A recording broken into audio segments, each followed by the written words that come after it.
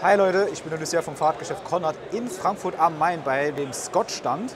Wir befinden uns im Jahr 2023 und haben die neuen Modelle für 2024. Neben mir ist der Tobi und er zeigt euch, oder wir zeigen euch das. Ja, das Scott Contessa Solace Gravel E-Ride 15. Das ist ein ziemlich langer Name für ein ziemlich geiles Bike. Es fängt damit an, dass wir hier ein Vollcarbonrad haben, also ein E-Bike, Vollcarbonrahmen und einen sehr leichten Motor. Was haben wir hier drin? Ja, also leicht ist halt die Devise, TQ und Scott mit Carbon gibt 13,5 Kilo raus. Das ist schon mal eine Ansage für ein E-Bike. Also da gibt es kaum welche, die das noch toppen können.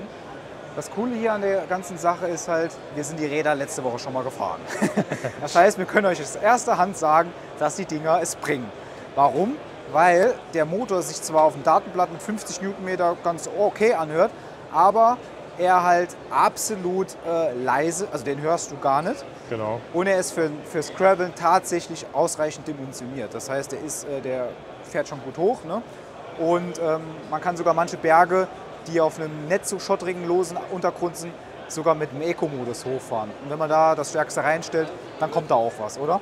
Genau, also was den Motor halt echt ausmacht, ist, dass er dir ein sehr, sehr gutes Gefühl über das Fahrrad vermittelt. Das hat man beim E-Bike oft nicht. Also gerade wenn ihr so einen CX-Brecher öfter mal fahrt, ist das schon ein deutlicher Unterschied, weil der CX, der zerrt euch schon fast den Berg hoch. Ja. Hier hast du immer noch Kontakt zum Bike, du hast immer Feeling für das Bike. Und gerade beim Gravel ist es halt auch super wichtig. Wir sind sie jetzt mal richtig ordentlich gefahren, also auch richtig mit Geschwindigkeit über Trails, steil bergab, steil berghoch. Und die Dinger können schon einiges, wenn man sie richtig bedient. Und gerade für so ein Fahrrad ist der Motor perfekt. Also da macht er richtig Spaß. Ja, was auf jeden Fall auch richtig Spaß macht, ist die Schaltung. Ne? Ja, die Apex in der Elektroversion, ne, AXS.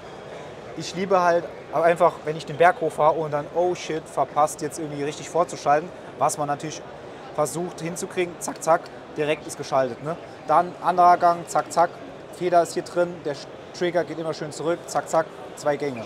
Und das ist halt schon richtig cool, dass ich den kompletten Drücker nicht durchdrücken muss und dann bleibe ich da irgendwie vielleicht und drücke nicht fest genug durch. Der Gang hat sich nicht hinten gelöst und der Bowdenzug ist nicht genug gespannt und dann geht der Gang nicht richtig rein. Am Berg ist immer mies, wenn man gerade keinen CX mit dabei hat, der einen da hoch katapultiert. Also das hier ist wirklich extremst nah an einem Biobike, wo halt immer so guter Rückenwind ist. Und der Rückenwind ist so natürlich gesteuert, dass er dich immer hochdrückt und nicht seitlich kriegt oder von vorne. Also es ist echt feine Sache.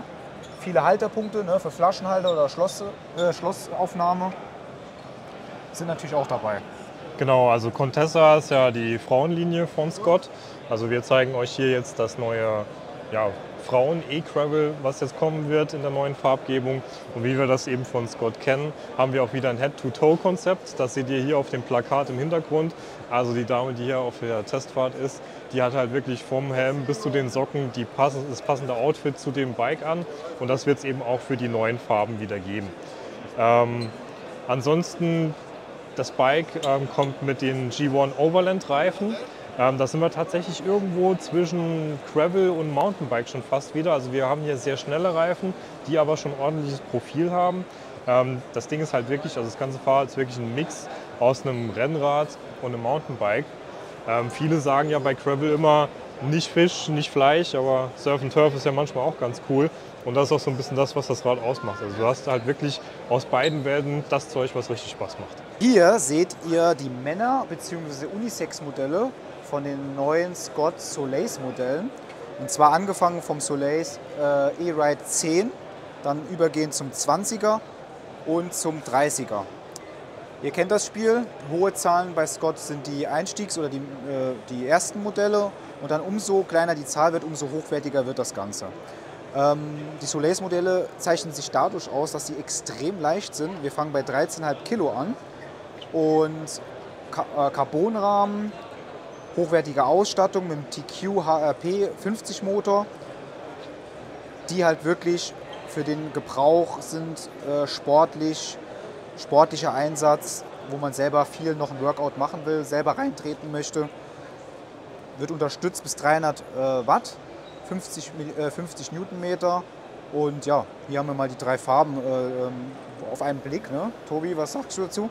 Genau, also die Farben werden tatsächlich wesentlich gedeckter, als sie jetzt im aktuellen Modell ja waren. Weniger extrovertiert. Gerade das blaue Topmodell, was wir jetzt hier vorne stehen haben, oder blau-schwarz schon fast, finde ich richtig schick. Das, was wir da in der Mitte haben, das Grün mit den Skinwool-Reifen, ist eigentlich schon mittlerweile klassische Scott-Farbgebung der letzten Jahre. Kennen wir so auch schon aus dem Bio-Bereich. Und ja, das Einstiegsmodell ist tatsächlich sehr unverfänglich, das Grau im Hintergrund mit den bisschen türkisen Banderolen. Aber alle 3 Designs richtig schick, klassisch, edel. Ja, genau. Liegt so preislich. Dieses Jahr war es so, haben die bei 6 gestartet und ging bis 10.000 hoch. Wird wahrscheinlich für die 24er Modelle, die dann nächstes Jahr Mitte Sommer auch kommen werden, denken wir auch in dem Dreh plus minus halt. Genau, wird wahrscheinlich genauso bleiben. Wenn ihr Fragen habt zu dieser Art von Light Gravels, gerne mal in die Kommentare schreiben und schreibt auch gerne mal rein, was ihr von dieser Gattung haltet. Ne?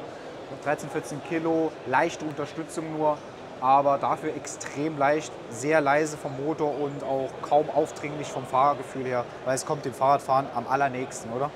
Genau, also was wir hier jetzt beim Topmodell schon mit dabei haben, ist noch der Range Extender. Ist grundsätzlich bei allen Modellen möglich, dass wir den eben mitführen. Ist halt nochmal ein Kostenpunkt, der dann on top kommt. Wenn ihr eben bei den Einstiegsmodellen seid, wird preislich erschwinglich sein, sagen wir es mal so. Also wir sind knapp von jenseits der 600 Euro.